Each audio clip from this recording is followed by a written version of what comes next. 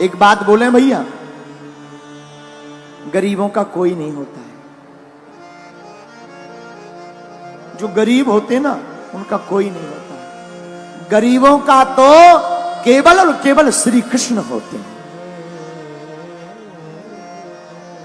गरीबों के तो केवल परमात्मा। मंच पर चढ़ने भी उन्हीं को मिलता है जो अमीर होते हैं। आरती में नाम भी उन्हीं का बोला जाता है जो तो या तो नेता हो या फिर अमीर हो। सच बता रहे हैं। हाँ, गरीबों का कोई नहीं होता। और दोस्ती भी अमीरों की ही अमीरों से होती है। गरीबों के कोई दोस्त भी नहीं होता। रिश्तेदार भी उसी के घर आते जो अमीर हो। मेरे माई बाप, हम भारत के लोगों से आज कथा का अंतिम दिन है और इस कथा के माध्यम से प्रार्थना करेंगे, ग्रेटर नोएडा के पागलों, तुम अमीरों का साथ देना या ना देना, पर एक बार उनके साथ जरूर खड़े हो जाना जिनका कोई ना हो।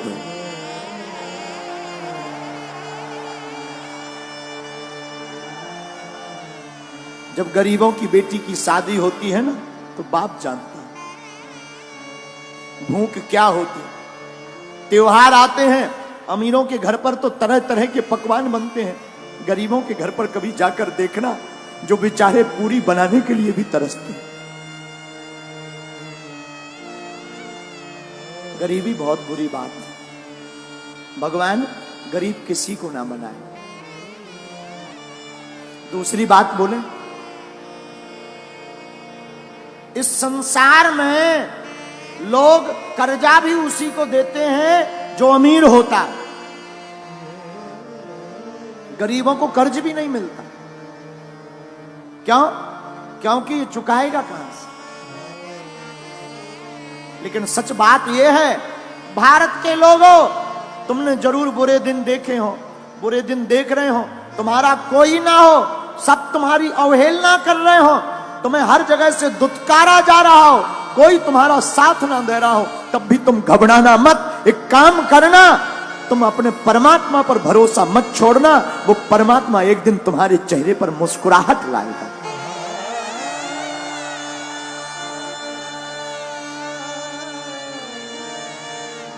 लाए। हमने अपनी जिंदगी में बहुत सहा है, बहुत सहा।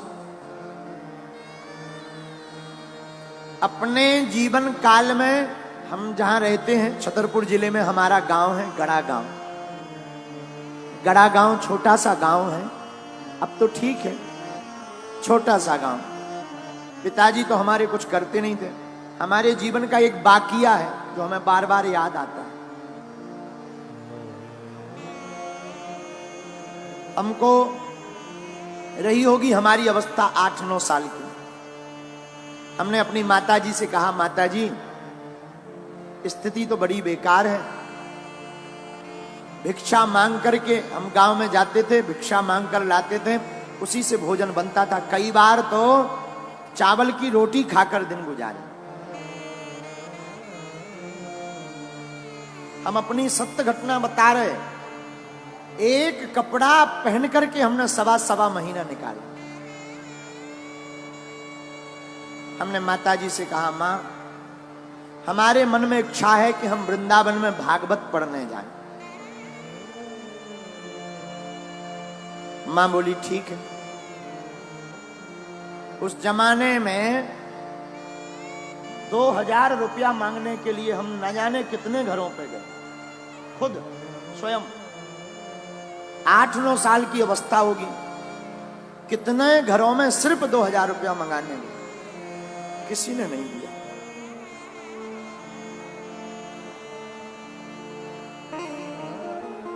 आज भी वो दिन याद आ जाते हैं। बन जाते हैं लाखों रिश्ते, जब पैसा पास होता है टूट जाता वो रिश्ता गरीबी में जो सबसे खास होता है।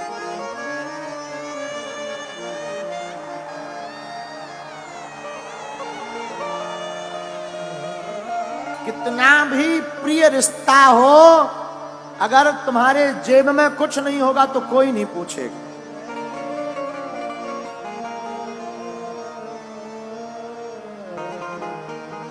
लोग तभी पूछते हैं जब तुम्हारे पास कुछ हो बे।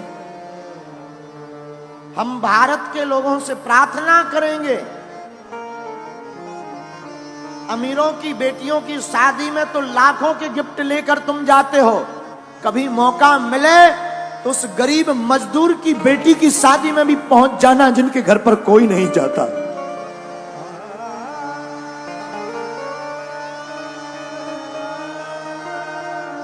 हमने अपने जीवन की भूख से शिक्षा ली, इसलिए बागेश्वर धाम पर 4 साल से निःशुल्क अन्नपूर्णा भंडारा चलाया।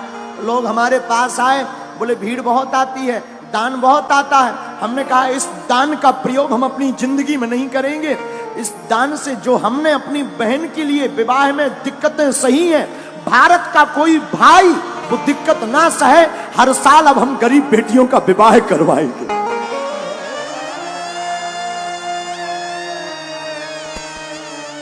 क्योंकि हमने तो सह लिया, हमने भूख भी देखी। माई बाप आज जरूर बैठकर कथा कर रहे हैं, हनुमान जी की कृपा है।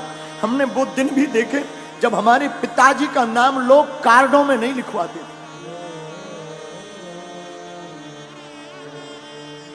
कार्ड में इसलिए नहीं लिखवाते थे कि आएंगे तो फटे कपड़े पहन करके आएंगे।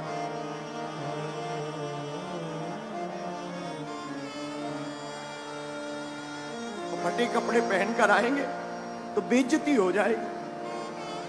अपनी बेइज्जती से बचाने के लिए कार्डों में नाम नहीं लिखवाते थे, लेकिन हमने भी हार नहीं मानी।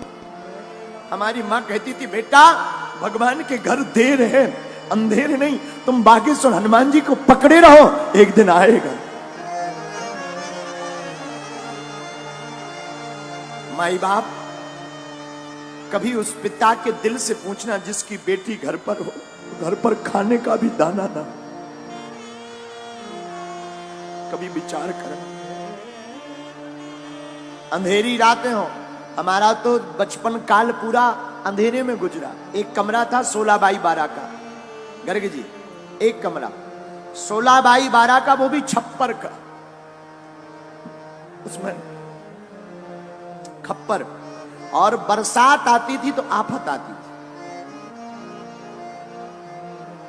बरसात में पलंग के नीचे हमसे छोटी बहन और भाई तीनों बैठ करके बरसात को निकालते थे, क्योंकि पूरे कमरे में पानी भर जाता था।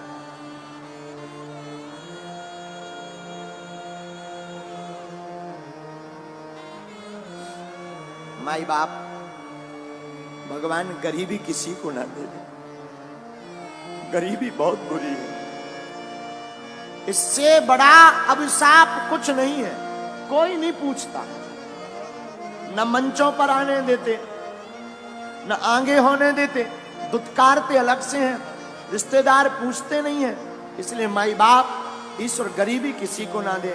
पर हम तुमसे प्रार्थना करेंगे कि तुम्हारे गांव में परिवार में ऐसा कोई हो तो हमारी प्रार्थना है किसी का तुम साथ देना या मत देना। इस बार हमने प्रण लिया 8 मार्च 2024 को जो बेटियों का विवाह होगा, ऐसी बेटियां जिनके माँ बाप है नहीं, एकदम पिछड़ी हुई, उन बेटियों को एक एक मोटरसाइकिल देंगे। साधु हम तुमसे भारत में दान लेने नहीं आए हैं, हम धन कमाने नहीं आए। भारत के लोगों हम तुम्हारे दिल में हनुमान जगाने आए हैं।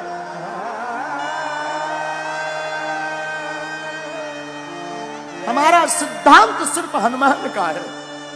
हमारा सिद्धांत सिर्फ इतना है कि सनातन धर्म धर्म धंधा नहीं है। सनातन धर्म पूरी दुनिया का सबसे बड़ा धर्म और करुणा का धर्म है। इसलिए मेरे माई बाप, मेरे भारत के लोगों, ग्रेटर नोएडा के लोगों, तुम्हारा कोई साथ दे या ना दे, पर तुम कभी मत पीछे मुड़कर देखना, ना कभी रोना। मौका लगे तो मेरे बागेश्वर धाम पर आ जाना, मेरा दर खुला है, वो खुला ही रहेगा।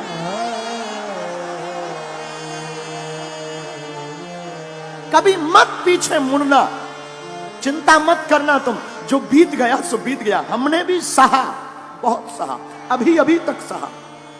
अभी भी कई बार ऐसी परिस्थितियां बन जाती, दान तो हम मांगते नहीं, कई बार परिस्थिति बन जाती है कि लोन लेना पड़ता। लेकिन एक बात बोले, हमारी माँ ने और हमारे गुरु ने हमें एक चीज सिखाई, उसका भरोसा मत छोड़ना। उसका भरोसा नहीं छोड़ा तो कभी उसने हमको किसी के सामने झोली फैलाने नहीं दिया। अब इसलिए भारत के लोगों, क्योंकि जिसके पास गरीबी होती है वही ये दुख जानता है। सबकी समझ में नहीं आता माई बाप, ना ना ना। हाँ, अभी बरसात चल रही है, हमको पूर्ण याद है, अभी भी हम एक कुर्ता रखे हुए हैं अपना पुराना। वो कभी कभी हम याद कर लेते उस कुर्ता को देखकर, है तो छोटा, बहुत पुराना, हम रखे हुए हैं पर याद कर लेते हैं। माई बाप बरसात में कपड़ों की वो दुर्गंध, भीगे हुए कपड़ों की दुर्गंध। मेरे साधु, हम अपने जीवन की कथा बताकर आपको कहना ये चाह रहे कि हमारे जैसे नालायक की लाज, हमारे जैसे मूर्ख की लाज, हमारे जैसे विचित्र व्यक्ति की लाज जब बागेश्वर बालाजी ने बनाई है, तो भैया तुम भी इनके चरण शरण मत छोड़ना, ये तुम्हारी भी लाज बचाएंगे।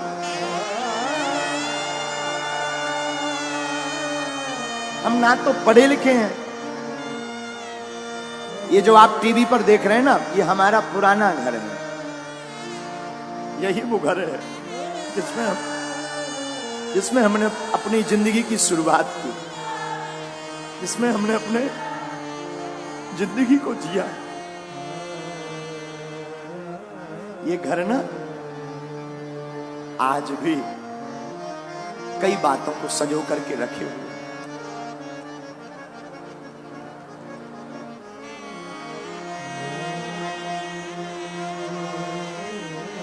साधु,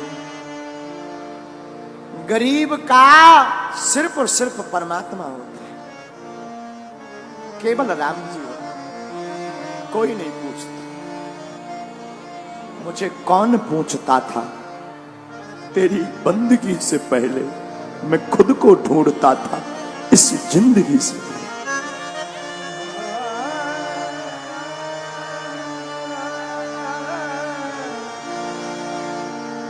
इस भारत में गरीब सिर्फ ताली बजाने के काम आता है, नेताओं की रैलियों में भीड़ बढ़ाने के काम आता है, या मंच के सबसे लास्ट में ताली बजाने। हमारा तो बस नहीं चलता, हमारी तो मजबूरी है। हमारी तो सबसे बड़ी मजबूरी है कि अगर हम इन लोगों को साथ नहीं देंगे, इन लोगों को मंच पर नहीं चढ़ाएंगे, तो कौन टेंट लगाएगा, कौन व्यवस्था बनवाएगा। वरना हमारी दिली इच्छा तो यह है कि सबसे लास्ट में जो बैठा है वो मंच पर आने का अधिकारी है। लेकिन करें क्या, हमारी मजबूरी है, हमारे हाथ बंधे हैं, इतनी व्यवस्था है नहीं, इतना धन है नहीं। लेकिन फिर भी जब कभी हमारे पास व्यवस्था हो जाती ना, तब हमने एक प्रण लिया, हम जंगल में जाकर आदिवासियों वनवासियों के बीच में जाकर अपनी तरफ से, धाम की तरफ से खर्च करके टेंट लगाकर उनको यजमान बनाकर कथा करवाते हैं। फिर वो मंच पर आते हैं, वो मंच पर आरती करते हैं और बड़े बड़े नेता नीचे बैठकर उनके लिए ताली बजाते हैं। तो हमें बड़ा मजा आता है।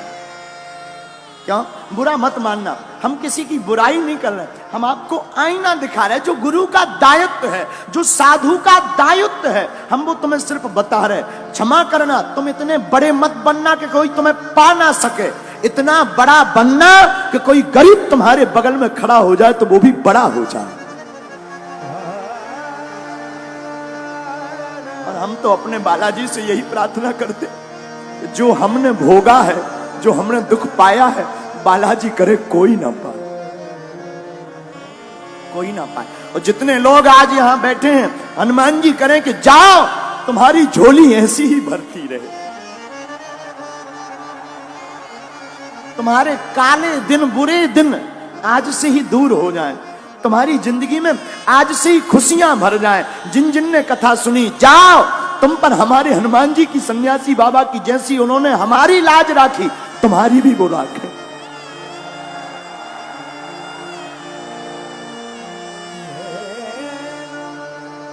पर माई बाप, सुदामा के जीवन में भी यही हाल। सुदामा जी 5 घरों पर भिक्षा मांगने जाते, छोटे छोटे बच्चे भूख के मारे पतले हो गए। 4 बच्चे।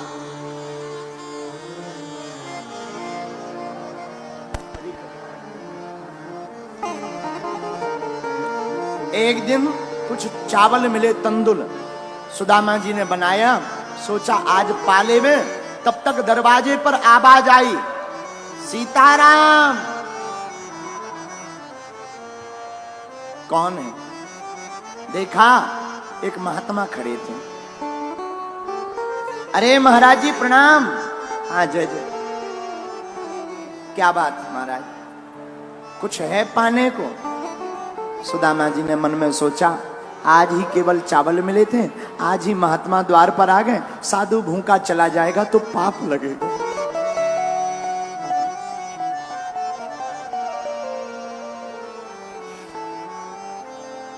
साधु भूखा जाएगा तो पाप लगेगा। आओ भगवान, महात्मा को चावल पवा दिए, स्वयं गंगा जल पीकर रह गए।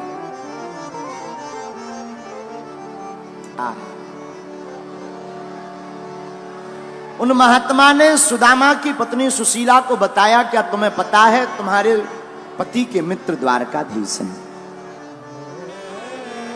आहा,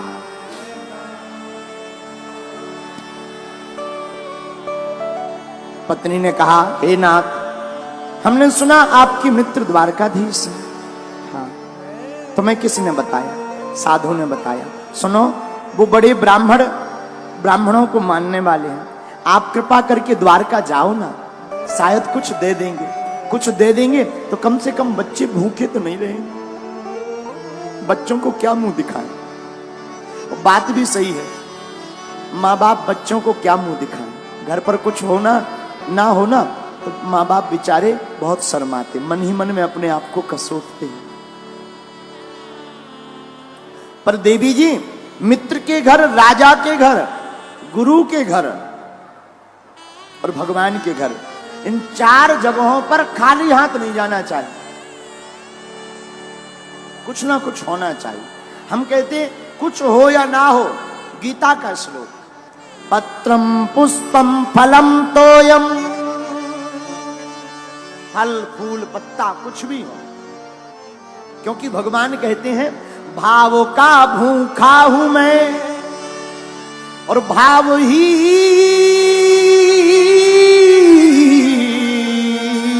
एक सार है।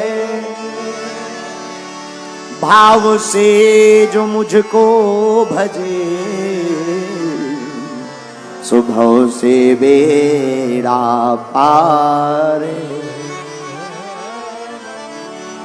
भाव बिन कुछ भी दे तो मैं कभी लेता नहीं, भाव पूरत तेरी ही करती मुझे लाचार है। और बांध लेते भक्त मुझको भाव की जंजीर में, इसलिए इस भूमि पर होता प्रभु का अवतार है। और प्रभु भाव के भूखे हो प्रभु जी, भाव के भूखे। परमात्मा भाव का भूखा है, पदार्थ का नहीं। हम लोग भगवान के सामने फल रख करके, पुष्प रखकर, दान रखकर ये सोच लेते कि हम धर्मात्मा हैं। परमात्मा की नजर में वो धर्मात्मा नहीं जिसने पदार्थ रख दिया, परमात्मा की नजर में वो धर्मात्मा है जिसने अपना दिल ही चढ़ा दिया।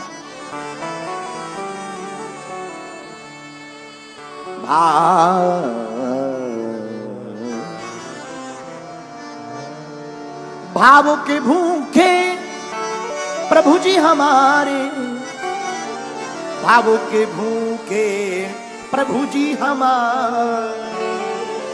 परमात्मा भाव के भूखे, और भाव के भूखे ना होते तो दुर्योधन की मेवा त्यागी, साग विदुर घर खाई। दुर्योधन की मेवा को त्यागा परमात्मा ने, लेकिन भगवान ने विदुर के घर भोजन खाए। विदुरानी के घर साग, केलों की छिलके। सबसे ऊंची प्रेम सगाई, सबसे ऊंची। असली बात।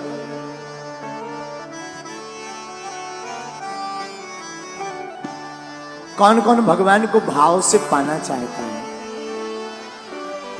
प्रेम सगाई, प्रेम सगाई, प्रेम सगाई, प्रेम सगाई। हाँ, प्रेम सगाई, प्रेम सगाई, प्रेम सगाई, प्रेम सगाई। ओ प्रेम सगाई, सगाई, प्रेम सगाई, सगाई। अब उठा लो दोनों हाथ। सबसे ऊंची प्रेम सगाई, सबसे ऊंची प्रेम सगाई, सबसे ऊंची प्रेम सगाई, सबसे ऊंची। दोनों हाथ उठा करके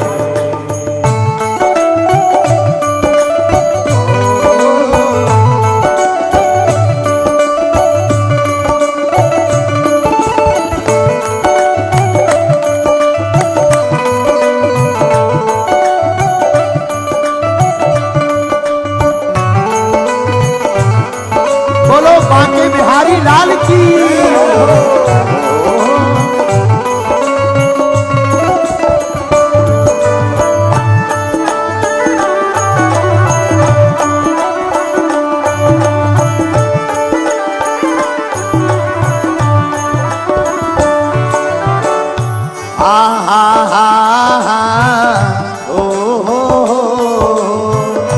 दुर्योधन की मेवा त्यागी, दुर्योधन गाइए मेवा त्यागी, दुर्योधन की मेवा त्यागी, दुर्योधन की मेवा त्यागी।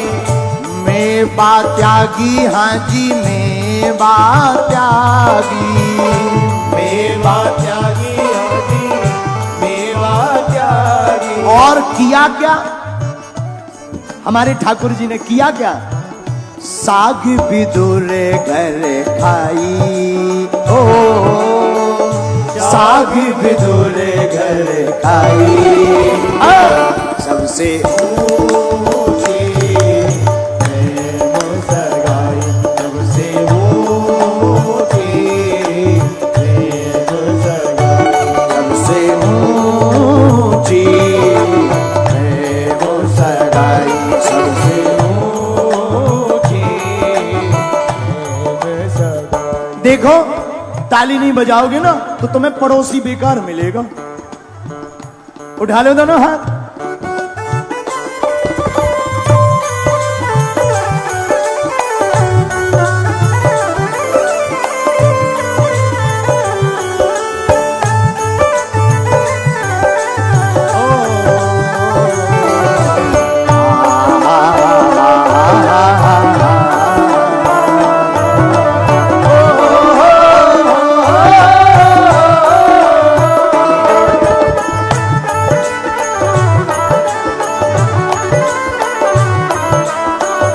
हाथ उठा करके हरि बोल।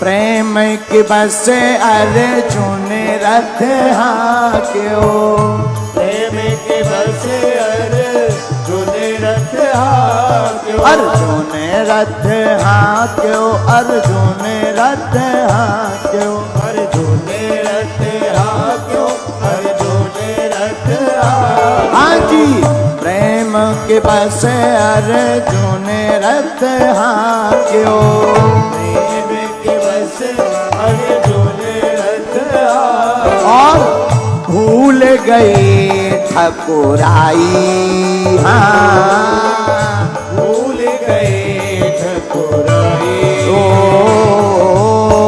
भूल गए ठकुराई, हाँ भूल गए ठकुराई।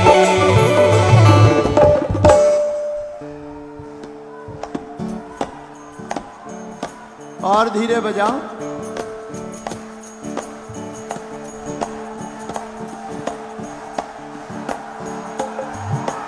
राधा राधा राधा राधा राधा,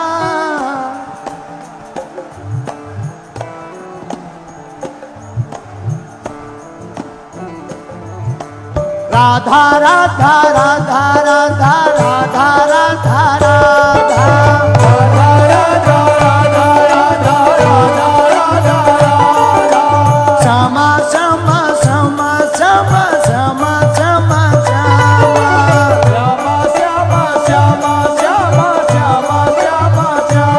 ओ प्रेम के बसे अर्जुन रथ हाक्यो, प्रेम के बस अर्जुन रथ हाक्यो। और भूल गए ठकुराई, हाँ भूल गए गाइए। ठकुराई, सबसे ऊंची प्रेम सगाई, सबसे ऊंची प्रेम सगाई, सबसे ऊंची प्रेम सगाई, सबसे ऊंची प्रेम सगाई। अरे हाँ प्रेम सगाई, प्रेम सगाई, प्रेम सगाई, प्रेम सगाई, प्रेम सगाई, प्रेम सगाई, प्रेम सगाई, प्रेम सगाई, प्रेम सगाई सगाई,